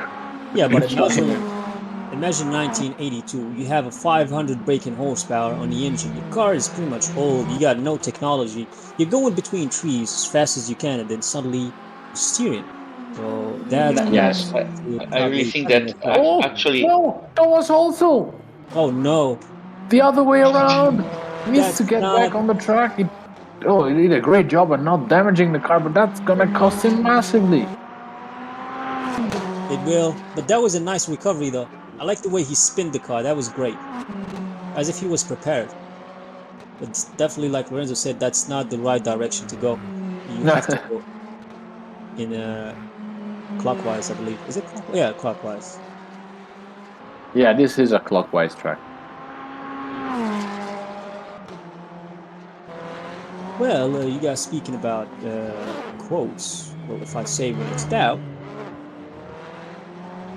As we see, Ulas Gungor recovering from probably brake some, locking. somebody in the chat, please type it. When it's doubt, what do you do? It's flat out by Colin McBride. Come on, Lorenzo, wake up. I'm up. I'm up. Now, if I think the guy with the most takedowns, not takedowns. We're not talking about Burnout Paradise now. No, yeah, I got carried away. The guy with the most crashes has to be has to be the Silva, right? I'm not sure though, because we have Ulas Gungo, which is now 5 laps down. So effectively, he must be the one with who, you know, took the beating out of the walls. Yeah, because most likely, yeah. But I was focusing on the gap that Johnny Gutierrez is lap by lap decreasing between himself and the horse. Now down to 11.3 seconds, and actually tumbling down, I must say, because last time around it was 12 and a half. And in a space of basically 60 seconds, he's down by 1 second. So Johnny Gutierrez hounding, as we see, Michael Labelle stationary on the track. What was that? Michael Labelle from what I believe to be P11. Yes, that's P11, and he is the second DNF of the race. Bad news for Michael Labelle. Yeah, there we see him.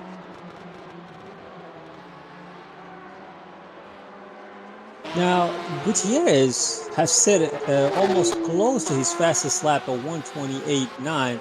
That's about 9 or 8 tenths slower than his fast lap, which means he's pushing it. He's really pushing it because at this stage of the race, I'm not sure if he changed his tires. I think you're obliged or is mandatory to change all 4 tires. Yes, you are. You have to change at least 4 tires once Wow, so that during the course of the race.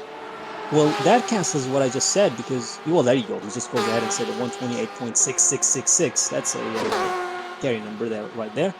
But Bozo is doing a 140.505. So that's about how slow is that? 2 seconds. that's more than 3 seconds slower. Wow. Well, he's gonna catch him in no time. Yes, and we actually have to keep an eye on that because should something happen to Horst or Gutierrez, there you have the guy who would take pride in taking advantage of that situation. That's also in P3. Now let me be more clear, Lorenzo. You just want Thomas to win, don't you? I think he's the MVP of today because he was in last place effectively in the first lap. He rebounded back towards the top three. Then he had the spin. Then he had to pit again, and he's now back to P3. So that's the kind of drive I enjoy watching, at least. Well, that's how you become a legend. Thomas 30 Horn. minutes remaining then, and we are down to only 5 drivers on the lead lap. But only 2 DNFs. I mean, as much as people have lost time there, we see Gumbor 5 laps down, Da Silva 4, Ericsson, Wenham and Middleton 3 laps down. As much as people have lost time, I was expecting to have a couple more DNFs. But 30 minutes remaining. Let's see. Wow. I didn't know you're that sadistic, Lorenzo. I'm not. I thought Detroit was an unforgiving track. We saw that in the DPIs this year. We had a great race in the eitharacingteam championship, effectively with the 7 DPIs. Oh yeah. And and yeah, now we see the GTE cars going around the same track, and that's great to watch. I mean, these drivers really do know what the GTE is like, and you have to take a minute to enjoy what Gutierrez has been able to do so far. Because as much as Tony Talvice and what was the name, Dentella, are not here today to compete with Johnny, Johnny is always up for the challenge. He doesn't back off in any situation, and you have to admire that.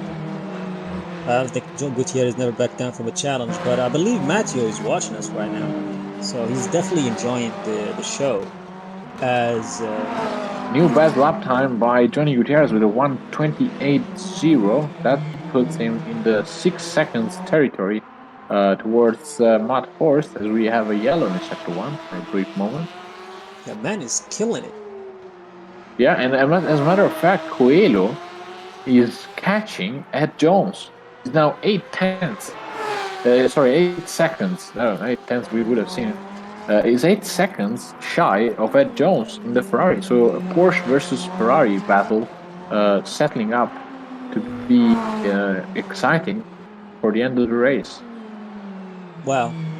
I think Gutierrez, when he reaches Matt Horst as fast as he is on pace-wise, passing would be a little bit scary to do. I wouldn't call it difficult, but it would be hard to get it clean without collecting damage. I mean, we see of course, Gutierrez is the one who has to make the move, and as a racing driver, you always have to think that if you're ahead, just your lines, make sure your pace is consistent, but do not think about overtaking maneuvers because that's the guy in P2's task. The guy in P2 has to make the move if he wants to win the race. Now, if you're Gutierrez and you have this pace advantage, of course you're gonna try and force a move. But if Horst was faster than Gutierrez, then I think Gutierrez would really have a bit of a battle in his mind between staying in second place and focusing on the championship, or taking glory and win the race. I have a question At for least you. try and win the race.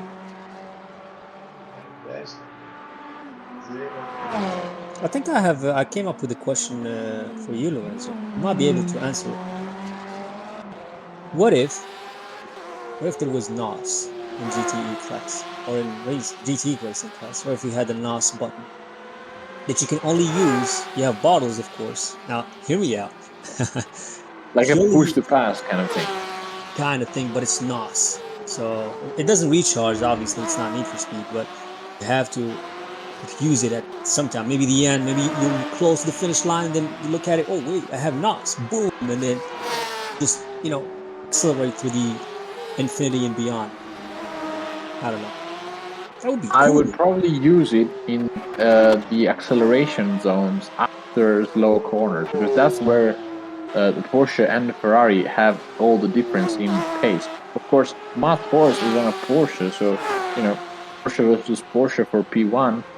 But if you're talking about Coelho and Ed Jones, for example, which are respectively on a Porsche and Ferrari, you want to extend the difference that the cars have their own characteristics. So if the Porsche is faster on the straight, use nose in the straight to balance that out. Uh, that would be probably my solution. And that's actually something that we have seen the Indy cars because they use the push to pass system, and they have a total, I think, 60 seconds a race of push to pass. I might be wrong about that, but they have a certain amount of seconds in which you can use the push to pass, which guarantees a surplus in power. And Yeah, of course, if you develop more power, then you're faster. That's easy math. Um, and you have a limited time to use that. And that's critical. That has been critical, especially in the street courses like this one. So yeah, it would be a thing to take into consideration as we see Johnny Gutierrez there, being able to see Matt Horst in front of him is now almost 2 seconds clear of Johnny Gutierrez, but the gap is tumbling down. It was about 12 seconds just about 10 minutes ago, so effectively, Johnny has been gaining 1.5 seconds on average every lap. he's already seeing him right now. The prey is looking at its target right now. It's about to hunt. It's about to get the job done. Now let's see what Gutierrez can do with that. Now he has all the tools. He's setting up the fastest lap, but can he pass the guy? That's the Oh, question. and no, sorry to cut you off there, Nance, but we have another DNF. That's Lewis Middleton from P9. He would have scored points. I wonder how he did. I think he had. I think he probably collected damage because I saw him entering the pit lane. What a shame. I think they should consider lowering down the damage. It's just 100 is just too much. For how long you can stay? I mean, as a driver, I sometimes. That's the right question, Naz. For how long can you stay? And in Matt Horst's case, how long can you stay in front of Johnny Gutierrez? Because Johnny is hounding him already. Look at the speed differential I don't think a lot. on the same car. Oh, why is he? I don't. Do you see that flashing light on the back? I'm not sure why that is. Maybe he's adjusting his line with some eating some breaks. That is like he's trying to adjust his line. I would call that danger detected. So it's detecting Gutierrez right behind him. Now, if you believe, Yeah, there you see Gutierrez try to distract Matt Horst into the braking area. Yeah. Oh, wow. Look at the speed differential that the Gutierrez had on the exit of that corner. He now has a real run on Matt Horst. He tries to fake it on the outside, but Matt Horst keeping his cool and just sticking to his line there. Good job. No, because the pace difference, because you see that Matt Horst is going slow, like 130. That actually could be good because if you're going on a slower pace, you're not using more tires than the guy who's flying, right? That's theoretically and mathematically correct, which means Matt Horst should technically and theoretically have better tire wear than Johnny Gutierrez because he's absolutely flying. If you're going that fast, you're obviously consuming a lot of tires. Oh, Johnny Gutierrez getting almost struggling to slow the Porsche down. and avoid contact with Matt Horst. I think if Johnny picks his time, I don't think there's much that Matt can do about that. But Matt surely not backing down, and that's great. That's how it should be done. I think Matt Gutierrez, seen how he braked so late there, so early, which I think that's going to be his passing opportunity. He definitely knows that, but obviously if he sees another one, he's not going to back down, of course. I think turn 1 is going to be the turn on which Gutierrez tries it. Oh, no, maybe not. He's been maybe turn 3 then. I've you never have seen to count every corner from now because Gutierrez is in striking distance. Matt Horst has to roll. He can resist up until they catch what is a lap car ahead of them, because that would probably take a bit of pressure off of Matt Horst. That's Didier Coelho, by the way. That would be the guy in P5. Yes, that's pretty remarkable stuff for Matt Horst and Johnny Gutierrez.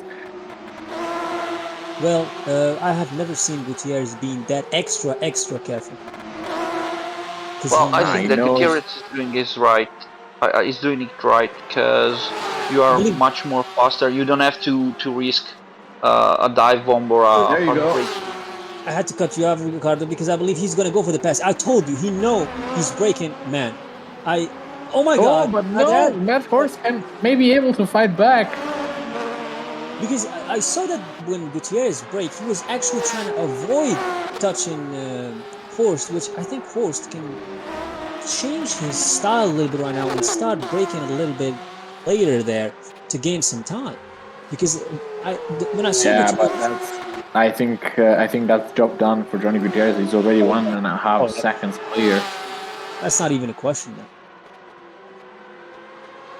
Wow. Good on Matt Horst though. That was great defense. And a good comeback for Gutierrez. You see 3 cars parked on the pit lane. Wow, such a battle. And I don't know what happened to Coelho, but he halved the gap towards Ed Jones. He's now 6 seconds off from Ed Jones, so we have another battle lining up, guys. Yeah, it's definitely looking like it. It's getting closer and closer, and I'm not sure how it's going to happen. If you're talking Coelho and Ed Jones, Lorenzo, is that correct? Yes, that is. They're about 7 seconds, which I believe is... he still has time. It's about... crossing the 20-minute mark, I believe. We're 18 minutes, about to go down to the 17. I think he has enough time if he wants to get the job done. I don't know about Didier Coelho right now, tire wear, how it's going right now. But I think he could get the job done. But I don't know. It's hovering between the 7 and the 8 seconds. Yeah. And one thing that we should probably underline once more is that Gutierrez is about to lap Didier Coelho. But if Didier Coelho is on the prowl and will not concede easily to Johnny Gutierrez, Matt Horst will have another shot at taking the lead back. That's a good theory, a good prediction. I can see that coming. I can see it happening. I want it to happen, but I can see it happening. We're trying not to take sides. That's what we're trying to do if you're watching. Trying to be as we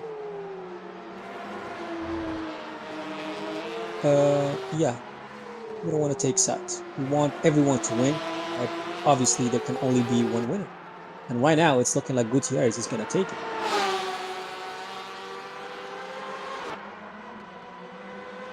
Oh, and that's a drive-through penalty for Gil da Silva for speeding into the pit lane. It's like a rain of penalties for Gil da Silva today. I think da Silva has piled on the most bad and unlucky things that could happen to you in a race, from penalties to walls to damage to everything. Yeah, that's unfair to the guy because he's such a cool guy. He is, and he did put a great effort in the GT1s because those cars were hella tricky to drive. But he didn't back off. He took the challenge, And he was actually one of the few runners that had the guts to try the Maserati MC12, as a matter of fact. That takes guts, I'll tell you that. That's a very, very difficult car to drive. I think when he picked the Maserati, he automatically gained Lorenzo's respect. Literally, you don't have to do anything else. Because that car, like Lorenzo said, and I drove it, that car is not easy to drive. It's fast, takes a lot of guts. So, shout out to the man, Silva. But for now, he's suffering. So, hopefully he gets a better race for the next one. As let me tell you something, boys. Horst is not.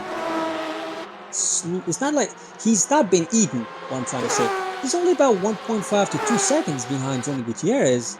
Yes, a horse would have been maybe even more competitive had this race had Tony Talvice in it and Dentella in it. Wow. Because he's not, falling off too much from Johnny Gutierrez's times, which were breathtaking for pretty much half of the race. He was 1.5 seconds faster per lap. There you see Gutierrez getting it easy on Ulas Gungar, which is now making space for Matt Horst.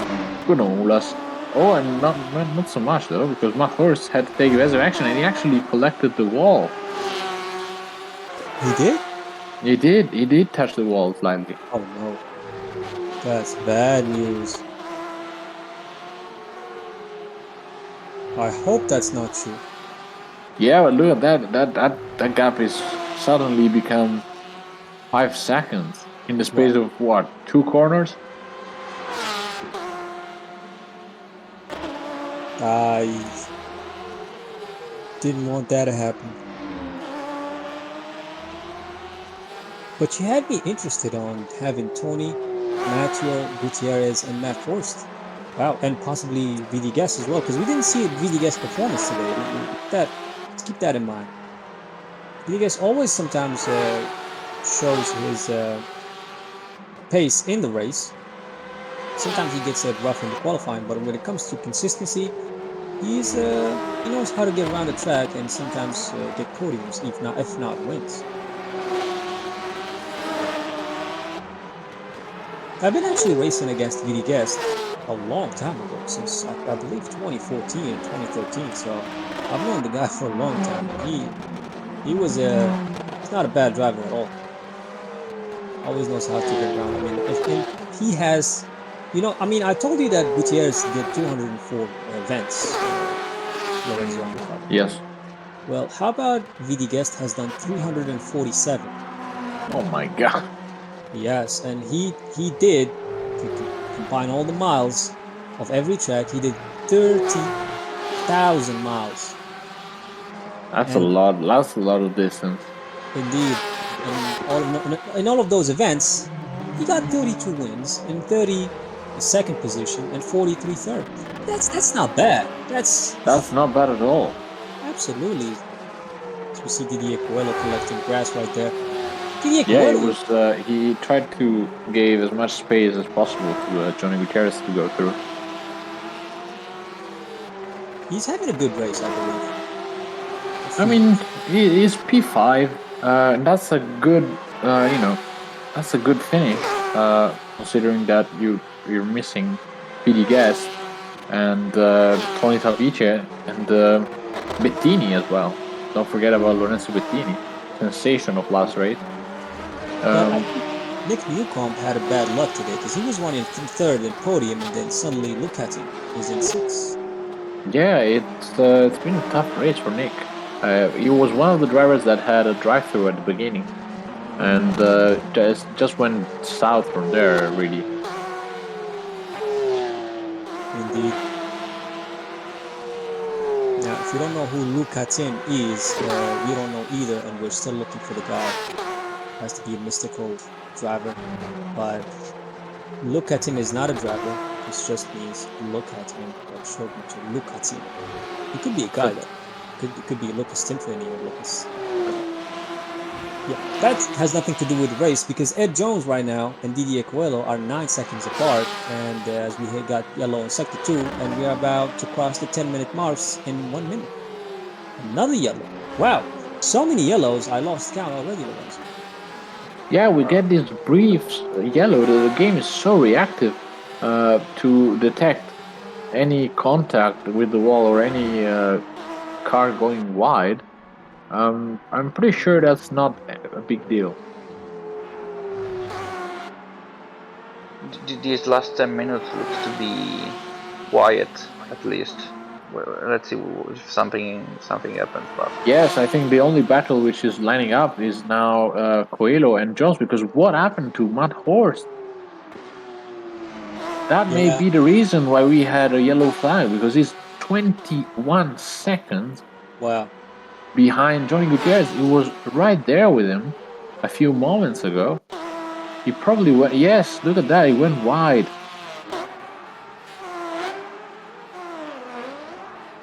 Let's try and see what happened to Matt Horst. We're going back to the time capsule. Oh, There he's we spun. go. Oh my God, he must have spun. What happened? That doesn't look like he just stopped.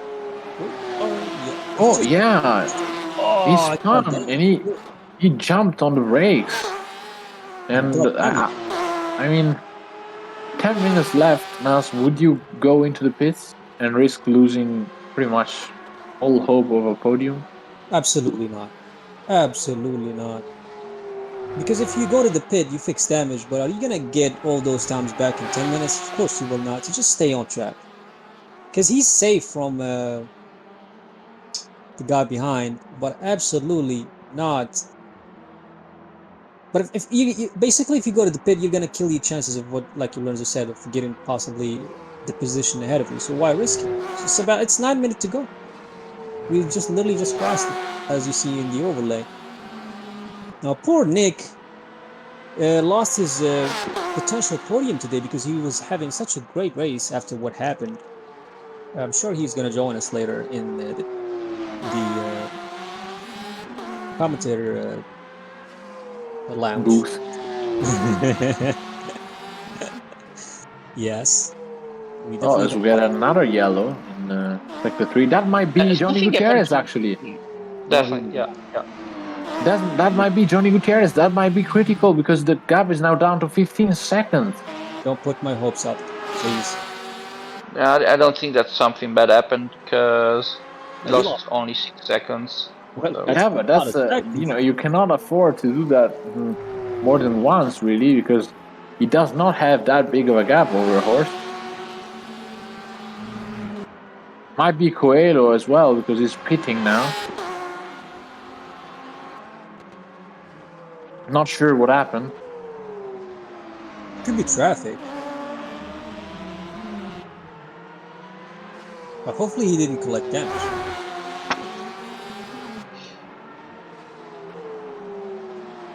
You know what, Lorenzo? I just had an idea. Would you like to hear Go it? ahead. Oh yeah, sure. Would you like to hear it too, Ricardo? Well, Ricardo's busy right now, so I'm gonna let you know, Lorenzo. How about we offer free drinks so we get more people to join us on the interview? Oh yeah, that's for sure. Now, not it is alcoholic. an It's not gonna affect your driving. Obviously, we can have that Do later. not, we want to underline, do not drink if you have to drive any vehicle, not even a bike, because that's dangerous. How about the Do sim? not drink, guys, please. How about the sim? Would that be that's technically by rules of the Yeah, law, I mean, your performance would be hindered. obviously. So that's also should be disencouraged. But we have soda and we have apple juice, so feel free to come to the. Hell yeah. See, Gutierrez is also now starting to build up those seconds that he lost. Now, I mean, he gained about a second from the 15, but I think we should give a shout out to Matt Horst for having the damage and still keeping that gap a little bit. It's not going up that quickly because the damage is 100%. We see cars DNF'd for contacts, so I think he's doing a good job.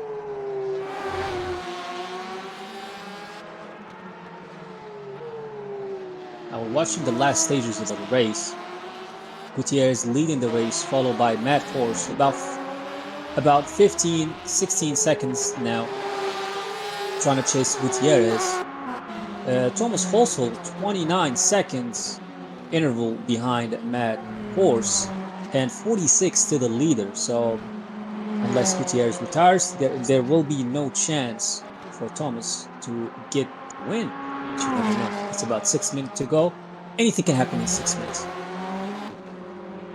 Jones right now also running in a difficult position to get any position back or forth. I mean, he could now stop for a drink and keep going and wouldn't lose a position because he's 36 seconds ahead of Didier Coelho. So that's a safe spot for Ed Jones. But Didier Coelho, right now, in the 5th position, the top 5, is also, I mean, every car basically I'm going to go through right now is running in a position where they can't do anything but stay in their position.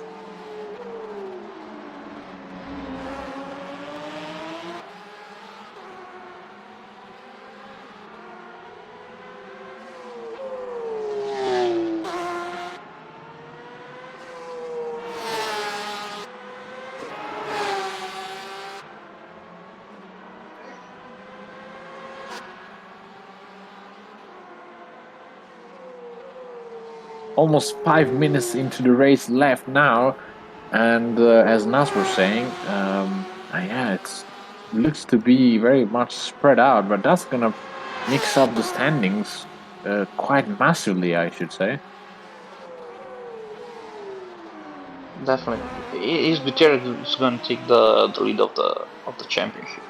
If I'm Yeah, right. 25 points for Gutierrez means he's gonna take first, and that is actually a good situation for Horst and Holzel, we are gonna see them paired up with the P2, P3, and P4 in the standing. So I would say generally it's a great way of going into the third round 2 weeks from now.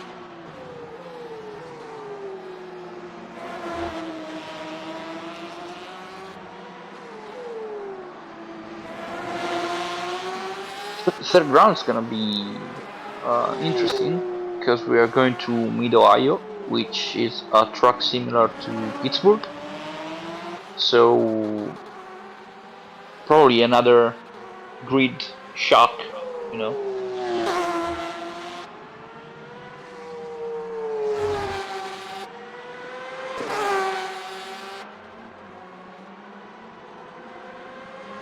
So I think the yellow flag that we had before was in fact Didier Coelho, because he was about 6 or 7 seconds behind Ed Jones, and he's now some 36 seconds. He actually pitted before. Yeah, he had to pit, but he probably had damage. That's why he had to pit so late into the race. Or maybe a fuel usage, excessive fuel usage. So maybe he had to take a splash and dash towards the end of the race. Right now the field is much more spread up. I mean, 22nd between Horst and Gutierrez, 27 between Holzel and Horst, 40 seconds between Holzel and Jones, 36, 35 between Jones and Coelho, 33 between Coelho and Newcomb. I don't know much.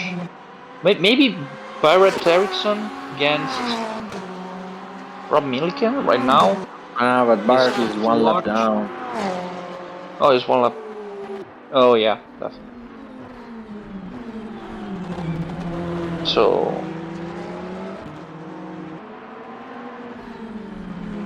seems like we already got we already have the final standings of this race, unless something incredible happens. You said it, Gil da Silva. We was just making space for Matt Horst there. Yeah, very polite behavior by da Silva right there.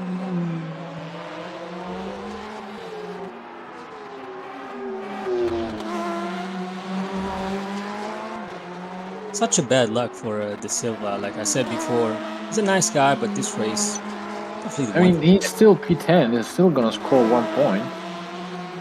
That is actually true. Didn't think about that. Not the case for Gungor. Yeah, Gungor, that must be some kind of a record. 9 laps down. Wow. Man, what was that? Man, it's pretty impressive. He has to work on the car if he wants to crack into the top 10 at least. But this track was not didn't have any mercy for any driver whatsoever.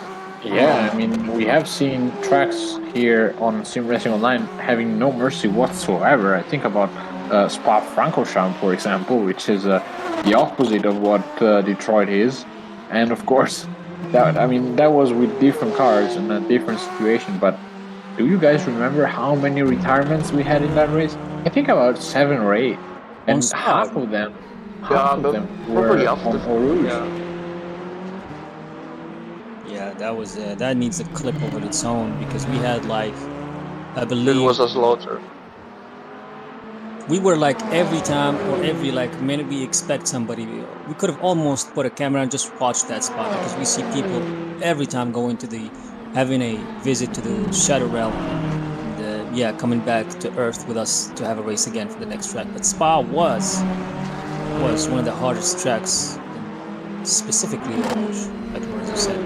So 10 seconds to the end of the time. I think that Gutierrez is close to I think last corner. I think this is the final lap for Gutierrez as well. And look at that. I think we are just late, but the weather is changing slightly. It's getting darker as we speak. It will But be 100% surely not going to And be an issue whatsoever. Gutierrez is close to pit even to lap even at Jones, but he crosses the line right now. Great win from Johnny Gutierrez. Dominating Easy fashion win, if you say. for Johnny, and of course, well deserved for what he showed today. A cracking pace throughout the entire competition. But a big compliments to this guy right here, Matt Horst, for producing one of the best defenses I have seen lately on Sim Racing Online. I mean, he kept his Yeah. cool with a, And P3 probably the MVP of the day, Thomas yes, Holtl, Thomas who was Holzel with able a to recover a difficult situation. Super race pace by him, super consistent, nice overtakes, pretty well done. yes, he went absolutely. He was last in the first lap, and then he was able to rebound from P3. Definitely the best drive I've seen today. And let's not forget about Ed Jones, because Ed Jones was starting in P13. And look at how he capitalized on the others' difficulties. He kept his cool, did not collect too much damage. Yeah. Bad thing for Ed Jones, he crossed the line before Johnny Gutierrez, so I think he has to finish the whole lap. Yes, I think he's still racing. There we go, towards the final corner. Johnny Gutierrez lost the concentration there finally. Ed Jones crossed the line to gain a great P4. Good job, Edward, because that was an impressive drive from P13. And here we see the Ferrari 488 of Nick Newcomb with that incredibly good looking livery. Of course, Nick was able to actually, might not be the best result, but he still improved start from his starting position, because he was starting in P7, as a matter of fact. So he improves by one spot. A great result for Rob Millikan as well. He was starting from P12. He improved by 5 positions. Um, I'm impressed. I'm actually impressed, because this was not an easy race, and we saw that with all the gaps that was we were able to measure in this competition. Final standings there for the race. It's Johnny Gutierrez once again, man to beat, and followed by Matt Horst, Thomas Holzel in P3, P4 for Ed Jones. A bit of overlay problem today. I'm not sure why. Um, P5 for Ed Jones. Um, I would say this was one of those races where No, nothing. P4 probably for Ed Jones. Yeah, that's Not P. P5. Sorry, that's P4 for Ed Jones. Uh, Didier Coelho in P5, P6 for Nick Newcomb, and yes, that is it for the Ferraris. Rob Millikan in the Porsche is P7. Bert Eriksson confirms his P8. He was starting from P8 and he kept his cool for that P8 today. Yeah, it's a great race. Great race today. Not as entertaining as Pittsburgh because of course Pittsburgh was a much more, and I would say, Thriller. conceding kind of racetrack. More room for error, and the rain maybe slowed the pace down a bit. Well, here it was a sunny race all the way. Yeah, thank you for joining us, guys, for yet another brilliant performance by Johnny Gutierrez and all the guys involved in the competition. Next up, we have, I think we have, what do we have? I don't remember actually. I think we have Maastricht, as a matter of fact, as the No, it third should be Mid race. Ohio. Should be Mid Ohio. Well, the next track is Mid Ohio, Oh Lorenzo. no, Mid Ohio. Maastricht is in weeks time. Then 2 weeks time, then we go to the third USA venue, being Mid Ohio. Of course, the layout with no chicane, because the chicane would make for mayhem with the GTE cars. The 2nd of October 2022. So be sure to join us that day. We will be going live at the same time, so 19 GMT and 21 Central European time if you're watching us for any other country. Of course, the calendar, we then go to Europe for Maastricht, Monza, then we go back to the USA for Virginia and Kota. And don't forget, before Monza, we have Singapore Marina Bay Circuit, which is truly going to be an interesting race because I have never seen GT cars go around that track, and I'm eager to find out what's going on. So thank you for being with us, guys, and we will switch to the interviews of Philippe. Well, we have an offline interview, not an offline, but a live chat interview from the guy named Matteo who got the pole today, and he said, "Respect to all who finished tough track, especially top five who had least mistakes." A That's lot. Tony. That's Tony Talvice. No, that is Matthew. That is Oh, are Matthew. you sure? Yes, I am 100% sure. No, no, no, that's Tony Talvice. That's I can confirm that's Tony. Respect to all who finished. That was a tough Well, racetrack, especially the top five who had you're these right. mistakes of the law. My driver of the day is Ed Jones, who has been upping his game lately. And yeah, thank you for that feedback, Tony. Of course, that's true. Ed Jones has been on the prowl lately, and I could not agree more. Yes, you're right, because he has close because Matt Lork and MRRS the M had me. Wow, good job, guys. Good job. You fooled me successfully.